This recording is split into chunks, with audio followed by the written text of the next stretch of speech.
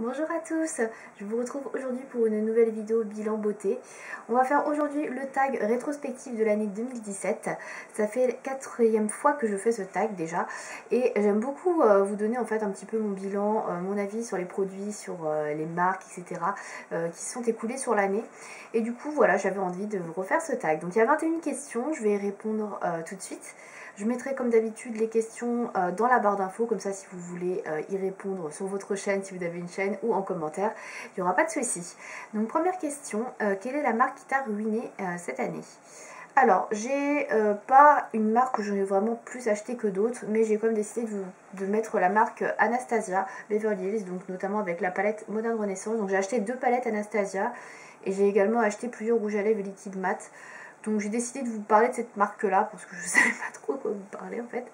Mais comme c'est des produits qui coûtent assez cher, en fait je me suis dit que bon, voilà, pourquoi pas la marque Anastasia. Mais très honnêtement je pense pas qu'il y ait vraiment une marque sur laquelle j'ai vraiment plus dépensé que d'autres. Il n'y a pas une marque où je me suis dit ouais ça c'est vraiment beaucoup mieux et tout, enfin voilà. Donc du coup je vous parle de celle-ci mais ça aurait pu tout à fait être une autre marque. Ensuite, question numéro 2, la marque qui t'a déçu. Alors, c'est la marque Too Faced. Pour deux raisons, enfin, une d'ailleurs principale, mais bon, pour deux produits en général. Disons que j'ai été assez déçue par les choix de palettes qu'ils ont sortis cette année. Je n'ai pas été très emballée déjà par le choix des palettes qui est sorti. Il y a eu des problèmes au niveau de la communication, etc. Il y a une palette que j'attendais vraiment impatiemment qui était la palette Clover qui finalement n'est sortie qu'aux États-Unis. Donc ça c'est un petit peu une déception parce que je la trouvais très jolie. Et les autres palettes que j'ai achetées chez Too Faced, c'est-à-dire deux cette année, la palette Natural Love et la palette White Chocolate Bar, sont quand même pas super bien pigmentées par rapport aux autres produits que j'ai pu acheter dans la marque.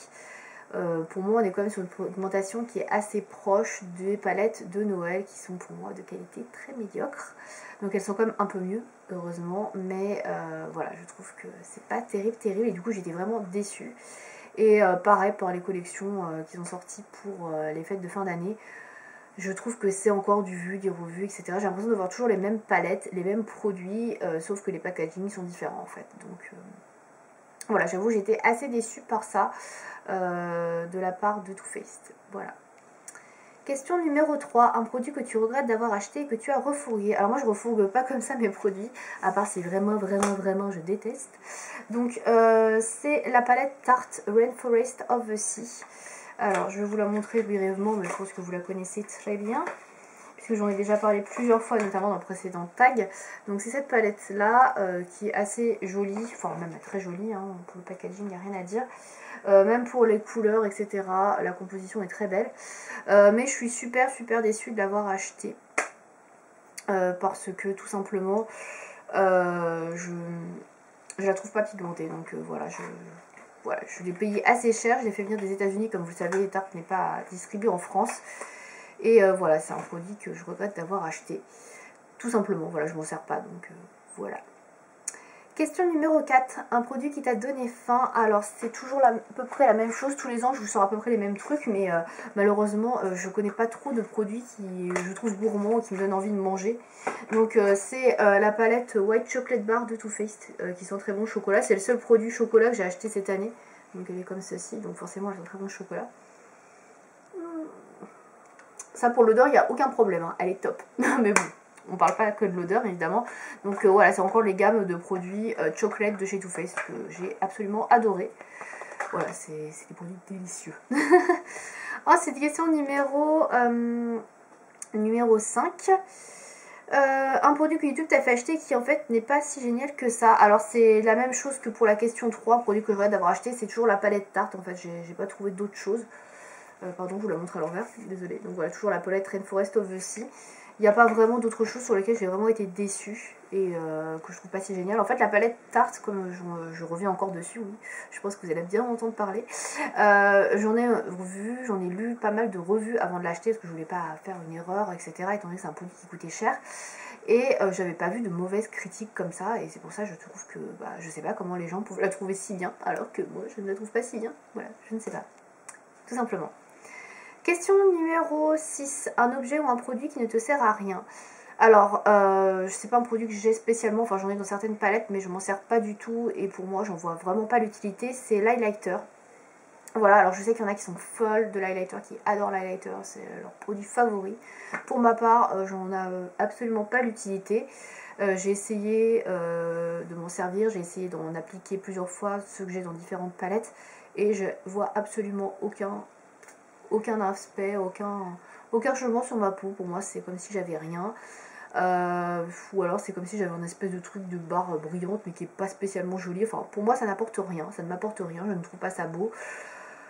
Je ne vois pas l'intérêt en fait de ce produit, donc je ne l'utilise pas. Voilà, autant le bronzer, le contouring, je vois un intérêt d'affiner le visage, de faire des belles lignes, etc. Mais là, l'highlighter, pour moi, c'est quelque chose qui ne me parle pas, qui ne me convient pas, et pour moi, effectivement, ça ne sert à rien.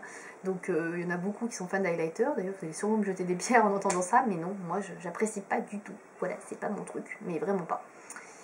Ensuite, question numéro 7. Une astuce découverte dans l'année. Alors, j'en ai pas spécialement, enfin, j'ai pas l'impression d'avoir d'astuces. J'ai déjà réfléchi à la question quand même avant de faire la vidéo. Et non, j'ai pas d'astuce qui me vient en tête. J'ai des astuces, certes, mais je les ai pas découvertes cette année. Donc, non, j'ai pas d'astuces.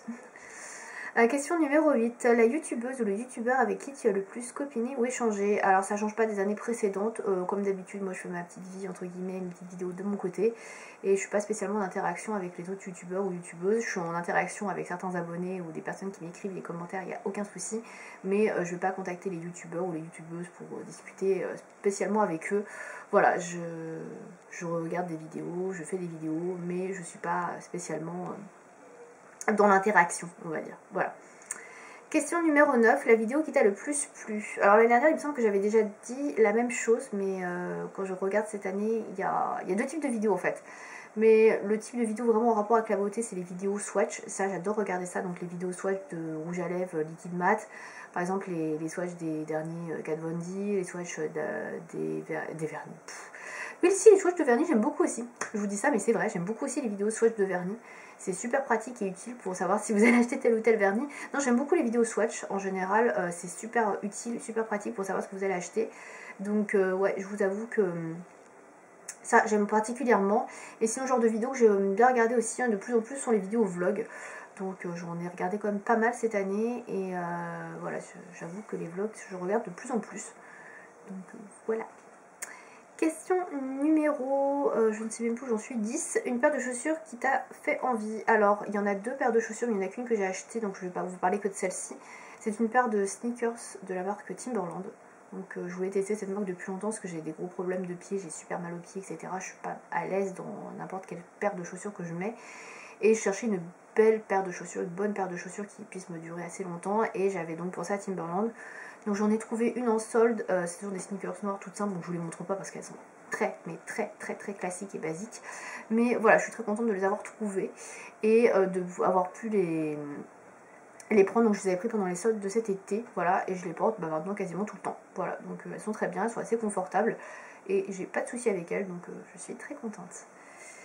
Question ensuite, question numéro 11, un accessoire qui est devenu ton chouchou. Alors là, j'ai pas non plus trouvé de réponse. L'année dernière, j'avais les Invisible, c'est vrai que c'était ma grosse découverte, mais là, cette année, je n'ai pas d'autres découvertes en termes d'accessoires. Là, je ne vois pas. Ensuite, question numéro 12, le sac de l'année. Alors ça peut être difficile, il est à mes pieds, il est tout nouveau. Alors c'est un nouveau sac à main que je viens d'avoir là. Et en fait il ressemble à l'ancien sac que j'avais, c'est un sac Catwalk, qui est comme ceci, vert, en cuir. Voilà, et en fait si vous avez déjà regardé mes vidéos, alors ça doit dater d'il y a 2 ou 3 ans, je crois au moins. J'avais eu ce même sac mais en marron, et en fait j'avais tellement apprécié ce sac là, ce modèle, que j'ai voulu le même. Donc j'ai voilà, j'ai celui-ci. C'est exactement le même modèle que j'avais, je l'avais en marron, mais là je l'ai en vert foncé et il est super beau, j'adore, voilà, tout simplement. Donc c'est mon sac. Question 13, le produit que tu ne voulais absolument et que tu n'as toujours pas. Alors c'est la Mega Pro palette de chez Lorac. Alors comme vous savez, c'est très difficile de trouver des produits Lorac en France, c'est un peu même pas impossible, mais pratiquement de se les procurer. Je me suis procuré comme une palette Unzipped, mais elle était déjà super chère. Alors la Mega Pro palette, qui est assez énorme, je n'imagine pas. Bref, donc voilà, j'aimerais toujours l'avoir, mais bah voilà, tant qu'elle n'est pas distribuée en France, ou que ce sera plus simple, ou qu'il y aura les frais de port moins élevés, bah pour l'instant je ne l'achèterai pas. Voilà. Question numéro 14, le produit ou la marque révélation pour toi. Alors la marque révélation pour moi ce sera Anastasia. J'étais pas du tout branchée Anastasia avant. C'était une marque que je regardais comme ça, je fais ouais sans plus. Et en fait j'ai décidé d'acheter la Modern Renaissance comme ça, parce que je me suis dit bon si tout le monde la trouve si bien, qu'elle est si bien notée, c'est qu'elle doit quand même être pas mal. Et j'avoue que j'ai absolument adoré la qualité de leur fard, une pigmentation de malade, des couleurs qu'on n'a pas l'habitude de voir. Les rouges à lèvres sont d'une pigmentation et d'une tenue folle. Voilà, le seul problème d'Anastasia c'est que ça coûte cher, mais sinon je trouve que les produits que j'ai pu tester chez cette marque sont vraiment de très très bonne qualité, donc pour moi c'est vraiment la marque révélation de cette année. Après il y en a d'autres que j'ai testé que je connaissais pas avant, mais c'est vrai qu'Anastasia ça un petit coup en dessus. Voilà. Ensuite, question numéro 15, un vernis qui t'a conquis. Alors je n'en ai pas cité parce que j'en ai pas un qui est sorti spécialement du lot cette année. Il y en a plusieurs que j'aime beaucoup et que j'adorais porter, notamment les vernis OPI de la collection California Dreaming, donc de cet été.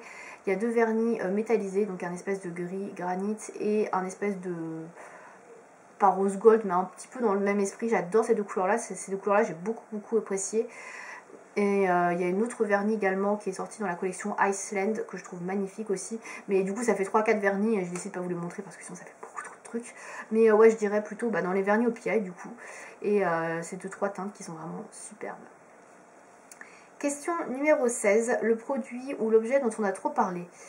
Alors pour cette question là j'ai pas trouvé qu'il y avait un objet ou un produit dont on avait vraiment énormément parlé, à part un petit peu sur la fin de l'année le Style Pro Brush, je sais pas quoi, là, le truc pour laver ses pinceaux et les sécher en 10 secondes. Ça c'est vrai qu'on en a beaucoup parlé, mais après c'est pas toute l'année. Le truc dont on a plus parlé peut-être je dirais que c'est la marque Fenty Beauty, qui est la marque cosmétique de Rihanna, et j'en ai vu des tonnes et des tonnes de vidéos là-dessus, des revues etc sur les produits. Moi j'avoue c'est une marque avec laquelle j'ai pas du tout accroché. Les produits ne me parlent pas du tout, ne me tentent pas du tout, je trouve que c'est cher. Et je vous avoue que voir des tonnes et des tonnes et des tonnes de vidéos sur le sujet, ça m'a un peu gonflé. Et donc j'ai l'impression qu'on en a beaucoup trop parlé. Mais après je sais pas si c'est le cas, je ne sais pas. Mais moi ça m'a un petit peu gonflé. Voilà, c'est pas une marque que j'apprécie, enfin que j'apprécie, je sais pas, je l'ai pas testé, mais c'est pas une marque qui m'attire. Voilà. Ensuite, question numéro 17. Ton top du top en matière de soins. Alors j'ai répondu le double cil de Mavala, donc qui est ce produit là. Donc c'est un produit qui n'est pas du tout connu. Si vous suivez YouTube, si vous êtes sur YouTube depuis pas mal d'années, vous en avez déjà probablement entendu parler. Donc en fait c'est un soin pour les cils, donc pour activer la pousse des cils et pour les rendre un peu plus longs et forts. Alors moi je l'utilise pas pour la longueur des cils, tu vois, c'est comme un mascara. C'est juste que moi j'utilise parce que je maquille quasiment tous les jours. J'utilise du mascara, des recourbe cils, donc ça fait la vidéo aux cils. Et du coup je trouve que ce produit est vraiment très bien pour pouvoir rendre un petit peu de consistance aux cils et les rendre plus forts. Donc voilà, moi j'apprécie beaucoup ce produit, ça marche très bien. Si vous ne connaissez pas, je vous le conseille. Ensuite, question numéro 18, ton top du top en matière de maquillage. Alors, c'est un produit qui m'est devenu vraiment indispensable, j'en avais déjà commencé à en parler je crois l'année dernière. C'est tout simplement un correcteur vert. Alors là j'ai choisi celui de chez Kiko qui est vert très clair, mais j'en utilise qui sont des verts plus foncés comme celui de chez Urban Decay ou celui de chez Berriam que je vous ai déjà présenté. J'ai énormément de rougeurs sur le visage, j'ai des problèmes de peau etc. Et malgré les traitements que je fais, je ne parviens pas à tout éradiquer entre guillemets. Donc du coup ça c'est vraiment mon allié de circonstance parce que sinon ce serait pas possible de sortir entre guillemets parce que voilà, je trouve ça vraiment trop moche. Donc du coup le correcteur vert c'est devenu vraiment mon top. C'est clair que ça masque bien et ça neutralise bien les rougeurs. Ensuite, question numéro 19, un indispensable cheveux. Alors un indispensable c'est vraiment un accessoire, mais c'est un produit, c'est l'aloe vera que j'ai découvert pour les cheveux cette année. Voilà, ou l'année dernière, je sais plus trop, enfin bref. Mais en tout cas je trouve ça vraiment chouette. Ça hydrate bien les cheveux, j'ai l'impression qu'ils sont moins fourchus, moins secs. Je les applique évidemment que sur les longueurs et les pointes parce que sur les racines ça les passerait un peu trop, j'en mets pas beaucoup. Mais je trouve ça vraiment très bien l'effet de l'aloe vera sur les cheveux. Donc c'est vrai que c'est vraiment devenu un produit indispensable. J'en applique 2 à 3 fois par semaine sur les cheveux. Et voilà, je vois vraiment la différence. Ensuite, 20e question. Quelle est ta meilleure affaire de l'année? Solde, vente privée, pardon. Je n'ai pas trop de souvenirs de meilleures affaires. Les soldes n'étaient pas extraordinaires. Vente privée, j'en fais pas énormément. Et c'était pas spécialement intéressant ce que j'ai acheté cette année en termes de prix. Donc j'ai pas de meilleure affaire à vous communiquer malheureusement. Donc voilà, je ne sais pas. Et enfin la toute dernière question, la 21e, le premier produit que tu vas acheter en 2018. Alors je pense que ça ne surprendra peut-être pas grand monde, mais je pense acheter la toute nouvelle palette de chez Too Faced, la Chocolate Gold, oui, parce que j'ai toutes les chocolates déjà, donc la dernière j'ai même la White Chocolate Bar, donc je me dis pourquoi pas acheter la Chocolate Gold. Désolée, la palette s'est suicidée. Ne vous inquiétez pas, elle a rebondi du bon endroit, elle n'est pas cassée. Donc ouais, je me dis pourquoi pas acheter la Chocolate Gold. Elle a l'air vraiment très très bonne qualité cette fois-ci. Et la pigmentation a l'air d'être au top. De ce que j'ai pu voir, les swatchs, les revues, etc. Ça a l'air d'être un niveau au-dessus de la White Chocolate Bar. Et je me dis que là, pour une fois, Too Faced a certainement sorti un très bon produit. Donc je pense que c'est le premier produit vers lequel je vais me diriger en début 2018. Voilà. Donc c'est tout pour cette vidéo, je pense qu'elle a été quand même assez longue.